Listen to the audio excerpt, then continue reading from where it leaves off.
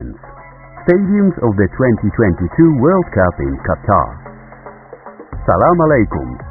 This year's World Cup is already around the corner. It will be the first tournament of this scale to be played in the Middle East, and therefore, the climate has forced the event to be moved to autumn. The matches will take place in 8 arenas in 5 cities. To mark the occasion, the editorial team of StadiumDB.com has put together a special guide showcasing all the stadiums of the upcoming tournament. The championship title will be defended by the French, and it remains to be seen whether Europe's 20-year dominance will be ended. Before we start, we would like to ask you to support our channel by liking the video and leaving a comment below. Don't forget to subscribe and click the bell button so you get a notification every time we post a new video. Meanwhile, get on your camel and join our caravan as we embark on a tour of Qatar's stadiums. Ahmad bin Ali Stadium, capacity 40,000. Al-Rayyan. It's hard to imagine a better place for a first stopover. Ahmad bin Ali Stadium is situated in Qatar's second largest city. Due to its location and surrounding scenery, the venue is sometimes referred to as the gateway to the desert, and we eagerly enter the football world through these gates. The arena is covered with interactive screens, which are obscured by a translucent woven metal curtain arranged in patterns inspired by Qatari culture. From the outside, the stadium is also surrounded by dune-like structures housing the hospitality areas.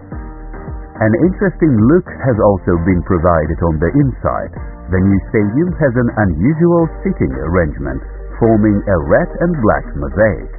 Most intriguing are the stands behind the goals, where the seats form a pattern in the shape of lions' heads.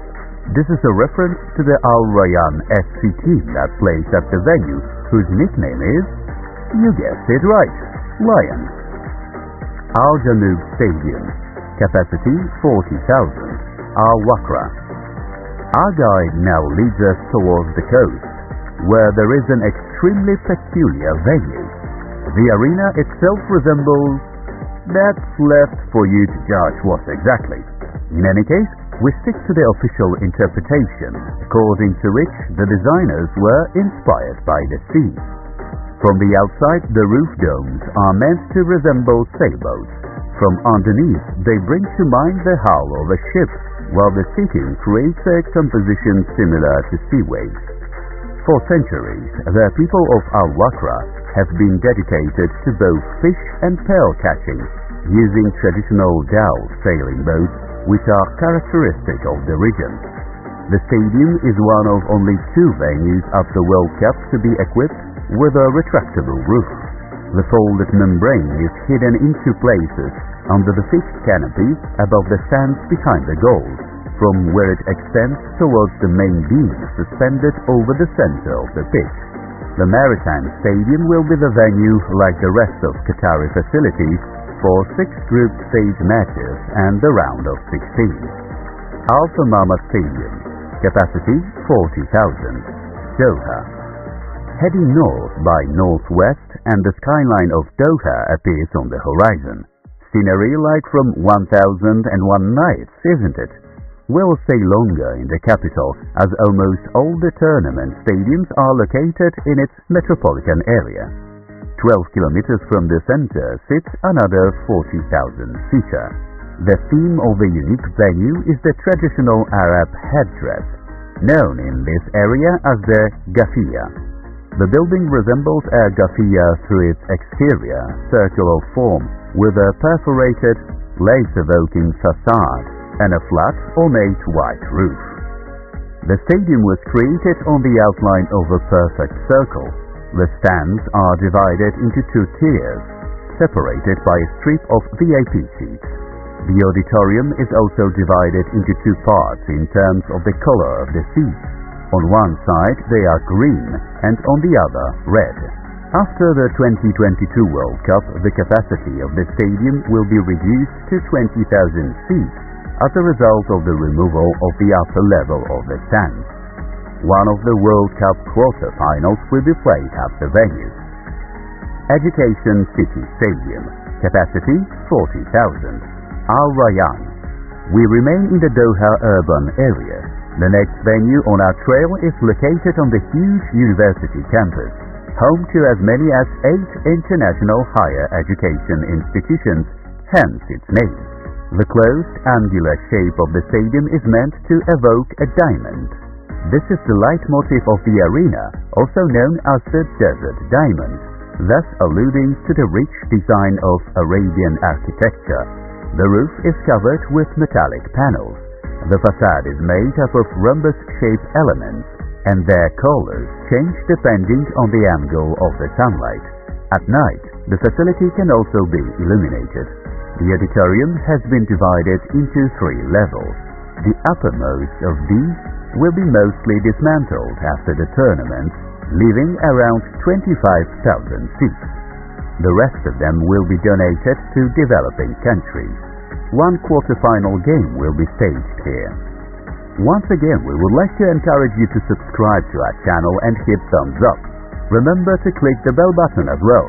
By doing so, you won't miss any of the future content and will help our stadium project grow. Khalifa International Stadium, capacity 40,000. Al-Rayyan. There is no denying that the World Cup organizers are not making it easy for us to run the tournament arenas. This is the 5th stadium with the same capacity, and we should mention that the next one will not hold more spectators at all. But there's no need to dwell too much about it, so let us get back to the point. Khalifa International Stadium is the oldest venue in the World Cup roster, and the only one that was not built from scratch. The arena opened in 1976 and was expanded between 2003 and 2005 in preparation for the 2006 Asian Games. During the 2014-2017 upgrade, the east stand was enlarged. There was also a completely new roof covering all stands and new arches running above it. It is the only Qatari tournament stadium to have an athletics track. For football matches, the circuit is covered with carpet. Seats in the arena are in the national colors, white and maroon, with grey added for a more interesting effect. On the upper tiers of the auditorium along the pitch, they are arranged in the characteristic triangle, familiar from the Qatari flag. The venue will play host to the match for 3rd place. Stadium 974, capacity 40,000, Doha. The next ground on our list is located right on the coast of the Persian Gulf. Of particular note is its unusual architecture, which from a distance gives the impression of having been built from Legos. It is the first temporary stadium in the history of the World Cup, built specifically for the event. A large number of steel elements, prefabricated components and recycled shipping containers were used to build the arena. The choice of materials and the temporary state of the venue allowed costs to be significantly reduced. Most interesting is the use of containers, which proved to be an innovative solution for the construction of such a large stadium. The huge boxes are reminiscent of Doha's seaport tradition. There are exactly 974 containers used in the structure, a number which is no coincidence. It is, after all, the area code for Qatar.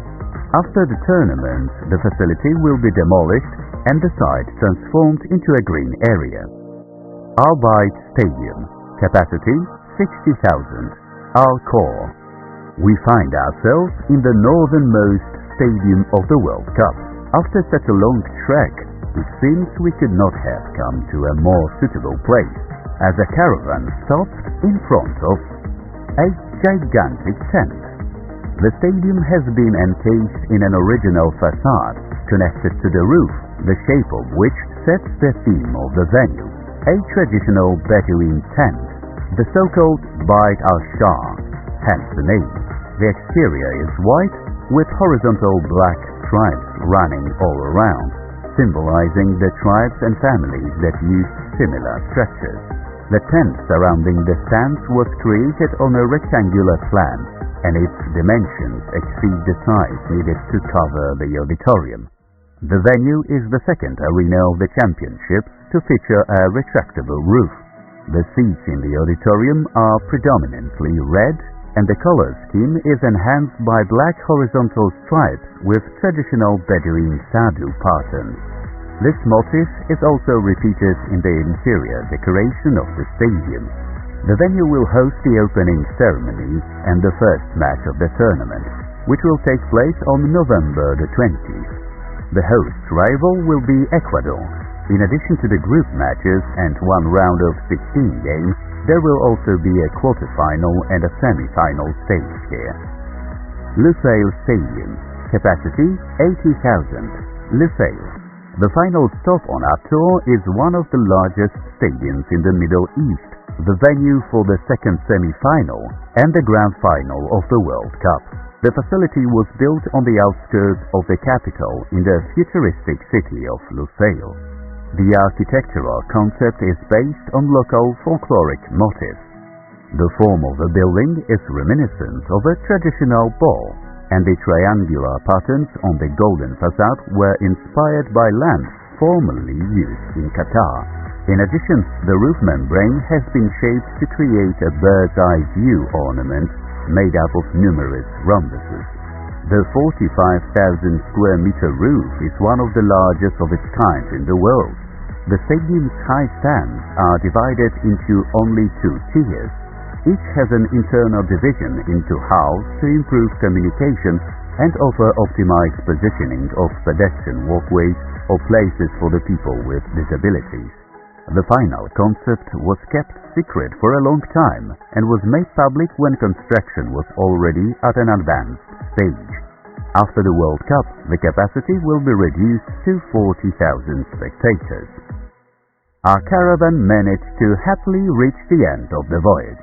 Qatar is a fascinating and beautiful country with a rich cultural heritage. However, the staging of the 2022 World Cup is undoubtedly a controversial issue, and it is no wonder that some have urged to boycott it. But let us give the organizers a chance and enjoy the beauty of football. After all, that is what we are here for. Don't forget to let us know in the comments section which stadium you like best. Remember to subscribe to our channel.